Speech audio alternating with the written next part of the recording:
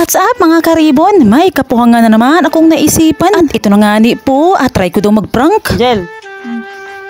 Ay magugulatin na rin anak kong eri. Lab.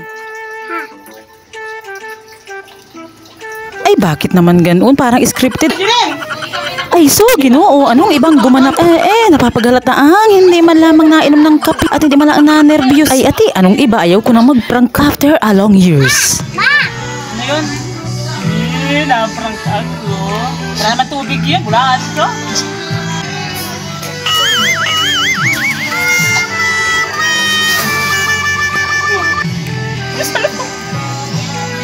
Bibis kayo! Yung cellphone! Loko-loko ah!